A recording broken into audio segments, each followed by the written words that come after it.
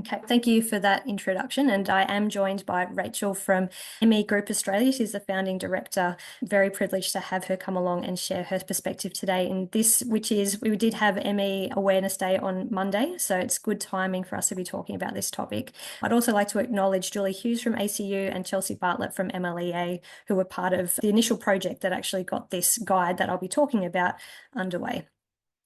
And just, I've already done my acknowledgement of country, but just I also like to acknowledge that Rachel is also joining from Quandamooka country as well. The session outline, so we'll give you a very brief introduction to what myalgic encephalomyelitis is, which is we're talking about invisible illnesses in general, because a lot of the strategies we're talking about will also be beneficial for people with other similar conditions. But the guide was specifically created for people with ME. We'll talk about why NDIS access is difficult for people with invisible illness. And then we've got some lived experience recording about what can go wrong from the participants or the client's perspective. Quick overview of the project or what we created to try and educate clinicians, give you some very key recommendations for effective functional capacity assessments specifically. But again, a lot of the strategies will be relevant to any assessment that people are completing as an allied health clinician. Another share from Rachel about what you can be doing to make the process more effective for the people you're working with, and some wrap up at the end. So let's get cracking as quickly as I can get through all this information. So just the basic is that ME has many impacts on a person's ability to engage in daily activities. And it's not just a matter of someone being really tired. I think if you go into an assessment for very superficial understanding, you're going to miss a lot of really key information you should be gathering. So there's physical conditions, they're very many and varied, but it can be weakness, sensory sensitivities, POTS or postural orthostatic tachycardia syndrome. The big ones, I say it's not just fatigue, it's post-exertional neuroimmune exhaustion. It used to be called PEM or post-exertional malaise. So you still will see both terminologies, but it's that impact of that fatigue from doing one thing that can last for many days. Cognitive, there can be brain fog, word finding difficulties. Then there's psychological as well, in terms of just from the consequences of living with an enduring health condition where there isn't really any effective treatment. You can be confined to your bed and to your home. And then that leads to the social implications of isolation, compassion fatigue as well for any carers that are involved, and just a loss of informal supports and informal networks as those connections fail. So the article there, Montoya, gives a really good introduction, so that's worth a read. And there's more detail in the guide, which I'll tell you about. But why is it difficult for people to access the NDIS? So there's the NDIS side of things, and there's also the assessment process. So from the NDIS side of things, you know that the first box to tick to get access is that you need to meet the medical requirements of having a condition that, you know, it's not going to get any better. You've tried all reasonable medical treatments available, and you're going to be living with these lifelong condition. You basically need to, though, to meet the NDIS criteria, you need a medical professional who understands that and who writes the evidence in the right way, in the right language. And sometimes that can be really difficult to find. The NDIA's understanding of ME is also not evidence-based. So sometimes we'll provide that information. They'll say, oh no, you still didn't tick the box to say that all the treatments like CBT or graded exercise theory have been trialed, even though now the evidence clearly shows that those are not appropriate and quite harmful treatments. But that doesn't stop the NDIA from asking us to tick that box. And it's also because of the way that NDIA wants us to try and capture function, we may not be able to capture fluctuating function very well in terms of being able to capture what are all their support needs across the whole year that they might need help, because it can fluctuate so much. In terms of the assessment process as well, it's actually to go through an assessment to then have a report written about you to access the NDIS or to get increased funding is not an easy process for people with ME and for many other invisible illnesses. So the process is generally quite long. For example, an OT FCA takes 2 to 3 hours generally for an OT initial assessment. So it's physically exhausting and demanding. There's lots of questions. We usually do lots of observations of activities. And if you also have an OT that goes in on autopilot thinking, yep, I'll just do it the same way, those standard practices don't accommodate the special needs of people with invisible illness. So their 2 or 3 hours is not going to be something that somebody with ME will be able to get through, or if they somehow manage to, they will not be able to do anything for weeks to be able to recover from that. And so we need to make sure that clinicians are aware they need to accommodate what they would normally do to actually be able to get the right information. And then there's also just some stigma and misunderstanding about ME still. People aren't aware. They think it is just being really tired. They may not know all the background and the information that we do now, the evidence that's out there. So then the person with ME is having to educate them at the same time while also dealing with maybe some stigma and misunderstanding, and it just makes the whole process very traumatic. Now, what I would like to share, so these are a few dot points, but Rachel, just to highlight what we need to consider. So Rachel actually has been working on this throughout the week using this little spoons of energy that she has to be able to contribute to this. She's written her summary, not just her perspective, but those of other people that use ME Group Australia for advocacy, and has done a brilliant job summarising this and was hoping to be able to read it out. But just even that effort alone of recording it and getting it ready for today has used up her spoons. So she's trying to save them for if there is any questions at the end, which is why I'm going to play this recording and the transcript that I shared before that link if you're having trouble hearing. Let me just make sure my sound is as high as I can. Fingers crossed. If nobody can hear it clearly, let me know and I can read it out instead.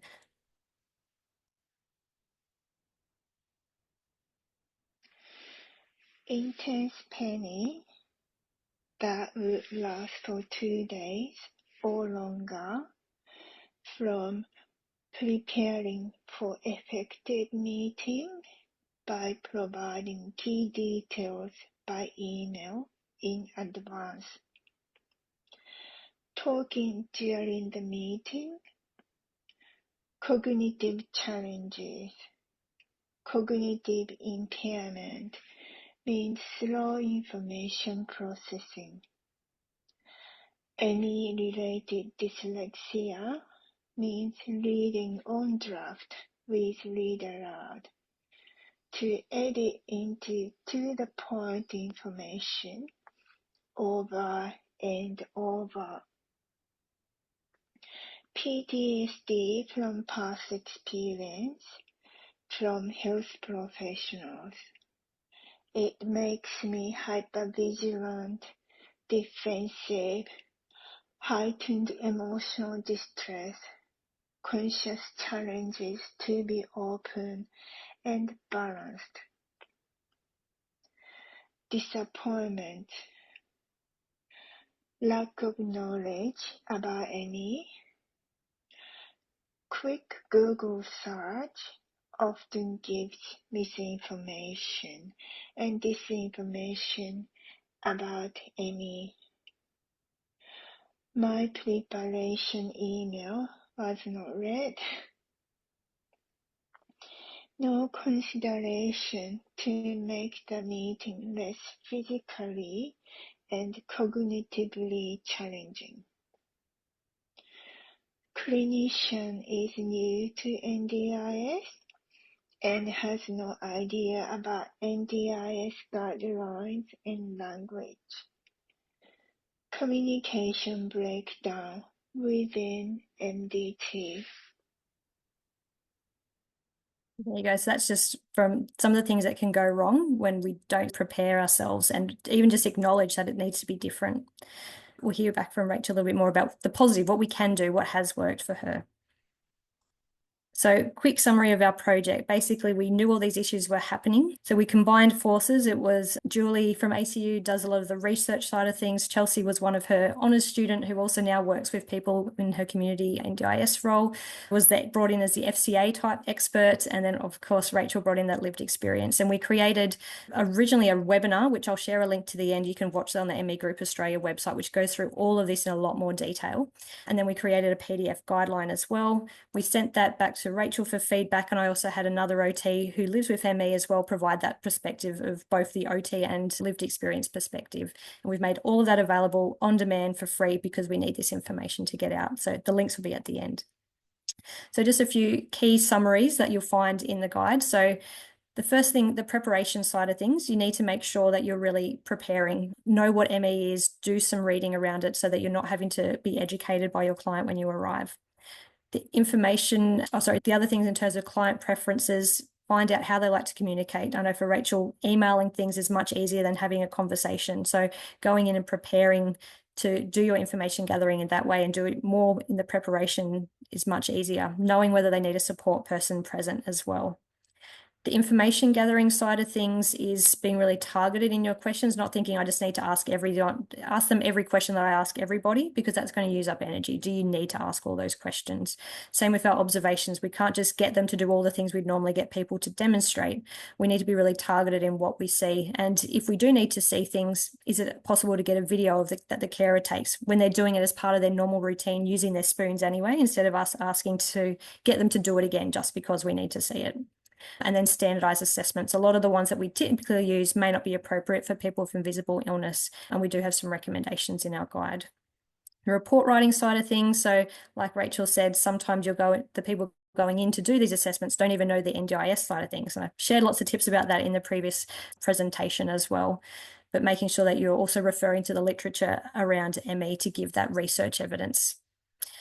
And then the follow-up side of things, we need to acknowledge that NDI decisions will be slow. Often they'll get rejected when people are first trying to get access to the NDIS. Then we need to ask for targeted feedback. So we know, are they picking on actually the medical evidence first? And actually they were accepting that there was a functional impact? Or is it that they're just questioning the functional impact? And that's where we can do more about it and gather that information. So what I'd like to do now is just share the second part of Rachel's contribution, which is what has worked for her and for other people with ME to try and get more effective results and less traumatic assessment processes. So we'll play this one for you. Build a team, not tick box list. Understand who your client is and build trust, respect, and rapport. Be trauma aware and be able to distinguish difference between personality and trauma response.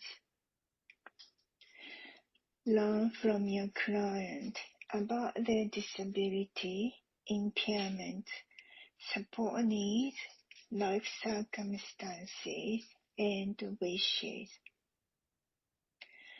Most of them do due diligence and their homework. They know what they need and why. Make it the start of your discussion. It might help you to understand your client's impairment and support needs. There will be plenty of opportunity to provide meaningful clinical assessment, advice, recommendations, and so on along the way. Use your client's terminology. Some call it ME, others call it MECFS. Do your homework. Learn about ME, its impairment, support needs, in the guideline your client provides, research evidence, lived experience. Learn about NDIS guidelines, language, and NDIS legislations. Select assessment and its timing carefully to minimize pain. Explain your client why this assessment, for what evidence, and how to do the assessment. Communication. Effective communication with your client. Know their communication impairment. Know their cognitive impairment. Know the effect of reverse sleep cycle. Often morning is not good for meetings. Be innovative. Use telehealth, email, video evidence instead of home visit, and so on. Build effective communication strategy within MDT and your business and services. Be human. It's silly because I cannot explain why, but I know it's very important. Thank you very much, Rachel, for pulling that together for us. So just to finish up, some all-important QR codes. So for those that were wanting to watch the full webinar that we originally started with to basically how to do FCAs for people with ME, and it does focus a little bit on the access process to get people onto the NDIS as well, then that's the first QR code. And the second one will take you to the learning library. So for those that were in the first presentation I did, all the free NDIS report writing stuff is in there too. So that's where you'll find a copy of the guide. Also the ME Group Australia website. I'll flip to that in a second, but you'll be able to access some extra resources as well. And the ME Group Australia YouTube channel, that first link, there's lots of other videos. It's not just the FCA one. There's lots of other lived experience panels that have been recorded, lots of other resources for physios, exercise physiologists, everybody. So I highly suggest you have a look. And I know Rachel does have another 3-part webinar series coming up for ME Awareness Day month. We make it a month-long thing. So if you join the ME Group Australia, visit that website, you'll be able to find out some more, or feel free to email either one of us and we will pass on the direct links as well. But they are our details for anyone who needs it. But look at that, we even finished with 2 minutes to spare. Thank you. Thank you, Claire, and thank you, Rachel. So we have time for a question, and there was a question in the chat from Nicole. Did you want to ask that question, Nicole, about validity of video assessments, videos of functional tasks? Yeah, I was just interested to hear your perspective, Claire, if you've ever found that NDIS or anyone like queries the validity of an assessment when you get like a carer to film a functional task rather than seeing it yourself, or I guess if no one's questioned that or picked that up before.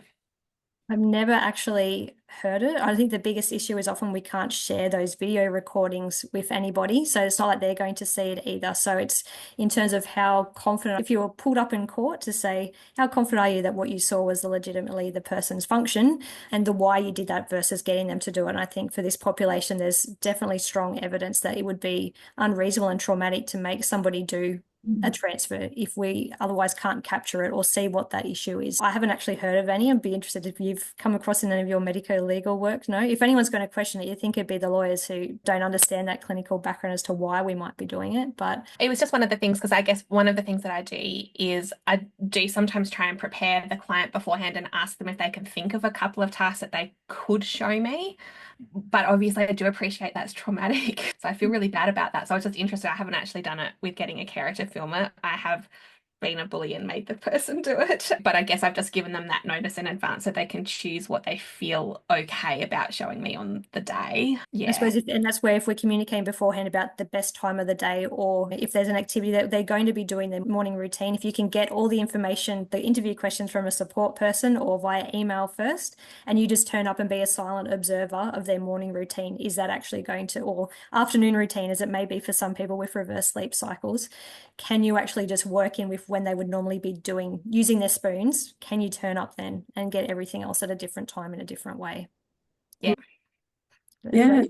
I mean, it's also really important about the whole thing of being realistic too, right? So if you're imposing this on someone at a time that isn't their routine, you actually might see worse performance, and you might, as well as traumatizing the person and having additional demands that are unreasonable or unnecessary, you're not actually seeing real performance either. They're really great points that you've made us think about, Rachel and Claire, in the way that we approach assessment that is really person-centred and that has some flexibility and nuance to it. Great presentation. Thank you very much. Rachel, I think Rachel's just unmuted, so I'll just see if she has any final words she'd like to say.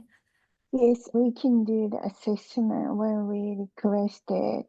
And then afterwards, we may be in a really bad state, post-exertional neuroimmune exhaustion. For some people, it's very severe.